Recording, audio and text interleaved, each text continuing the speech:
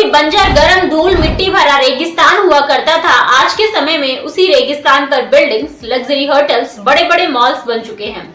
कैसे जो शहर कल तक पानी की एक एक बूंद के लिए तरसता था, आज वो सालाना 129 बिलियन गैलन वाटर का इस्तेमाल कर रहा है। कैसे जिस शहर में 1980 तक चलने के लिए सड़कें नहीं थी, खाने के लिए खाना नहीं था, आज वो शहर के ज्यादातर लोग अमीर हैं और एक लग्जरी लाइफ जीते हैं। अब तक आप शायद समझ गए होंगे कि मैं किस शहर की बात कर रही हूँ। मैं बात कर रही हूँ अमीरों के शहर दुबई की। दुबई जो 18वीं सेंचुरी तक एक बंजर रेगिस्तान और एक आम फिशिंग विलेज हुआ करता था, वो आज के टाइम पर एक अल्ट्रा मॉडर्न सिटी बन चुका है। Luxury shopping malls, modern architecture, buildings और दुनिया की सबसे ऊंची इमारत बुर्ज खलीफा को रेत के ऊपर ही बना दिया है। पुलिस यहाँ लैम्बोर्गिनी और फरारी से चलती है। दुबई के बारे में लोगों को लगता है कि दुबई इतना अमीर तेल बेचकर हुआ है, तो ऐसा बिल्कुल भी नहीं है। दुबई की जीडीपी का केवल 1% ही ऑयल से आता है। दुबई की इकोनॉमी ऑयल बेस्ड नहीं है। दुबई की काया पलट के पीछे तेल नहीं है, तो आखिर क्या है जिसने दुबई को एक बंजर रेगिस्तान से अल्ट्रा मॉडर्न सिटी में बदल दिया? इस सवाल का जवाब जानने के लिए हमें वक्त में थोड़ा पीछे चलकर दुबई की हिस्ट्री और उन लोगों के बारे में जानना होगा जिन्होंने दुबई को एक बंजर रेगिस्तान से अल्ट्रा मॉडर्न सिटी में बदल दिया। वो शख्स है शेख राशिद बिन सईद अल मखदूम और उनके बेटे शेख मोहम्मद बिन रशीद अल मखदूम। इन दोनों ने मिलकर दुबई की काया पलट दी। आज जिस दुबई को हम जानते हैं वो दिखने में भले ही मॉडर्न सिटी लगे, लेकिन दुबई का अपना एक लंबा इतिहास रहा है।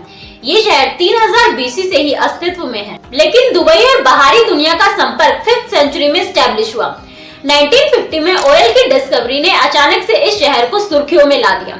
ऑयल की डिस्कवरी ने दुबई समेत पूरे यूएई की इकोनॉमी को बूस्ट किया, लेकिन वहां के शासक इस बात को बहुत अच्छे से समझ गए कि केवल तेल के आधार पर दुबई का विकास नहीं किया जा सकता। बस यहीं से दुबई के अल्ट्रा मॉडर्न सिटी बनने की शुरुआत हुई। आज दुबई कामयाबी की जिस बुलंदी पर खड़ा है, उसका श्रेय शेख रशीद बिन अल मखदूम को जाता है।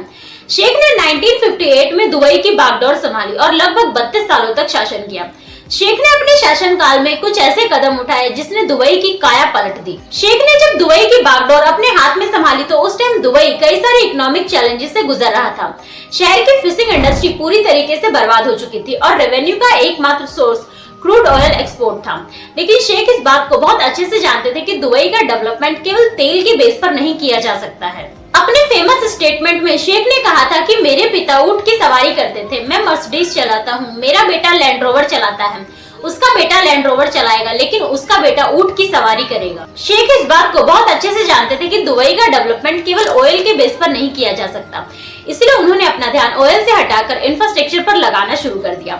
इसके लिए शेख ने दूसरे देशों से बड़े बड़े लोन लिए और फिर इन पैसों को दुबई में प्राइवेट कंपनी स्थापित करने पर खर्च करना शुरू कर दिया। इसके बाद इन कंपनियों ने दुबई के अंदर बिजली की लाइंस, टेलीफोन सर्विस और बंदरगाह का विस्तार करना शुरू कर दिया। शेख रशीद बिन सईद अल मखदूम ने ही दुबई के पहले एयरपोर्ट का निर्माण करवाया था।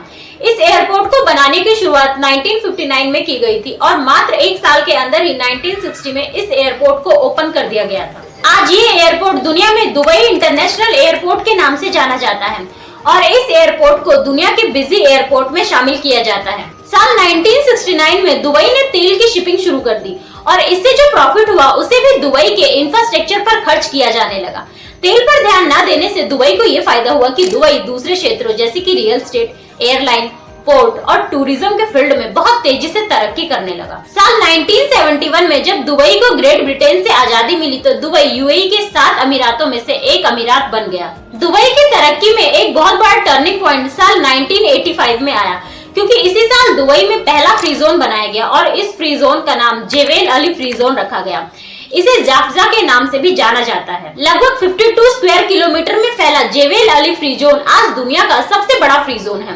किसी भी देश में बना फ्री जोन उस खास एरिया को कहते हैं जिसे विदेशी व्यापार को आकर्षित करने के लिए बनाया जाता है। दुनिया के अलग अलग हिस्सों में फ्री जोन को अलग अलग नामों जैसे कि free economic zone, free economic territory के नाम से जाना जाता है। दुबई में इस फ्री जोन के बनने का फायदा ये हुआ कि इसके बनते ही यहाँ पर कंपनियों का आना शुरू हो गया और देखते देखते कंपनियों की संख्या सैकड़ों से हजारों में पहुंच गई। इस फ्री जोन की कामयाबी के 2 मेन कारण हैं, जिसमें पहला कारण है कि इस फ्री जोन में कंपनियों को ऐसे ऐसे लुभावने ऑफर दिए गए जिसके कारण कंपनियां चाहकर भी खुद को यहाँ पर आने से नहीं रोक पाई। और दूसरा ये कि फ्री जोन दुबई के सबसे बड़े ट्रेडिंग पोर्ट जेवेल अली के बेहद नजदीक बनाया गया था। दरअसल इस फ्री जोन को इस तरह से बनाया गया था कि जेवेल अली पोर्ट खुद इस फ्री जोन का हिस्सा बन गया था।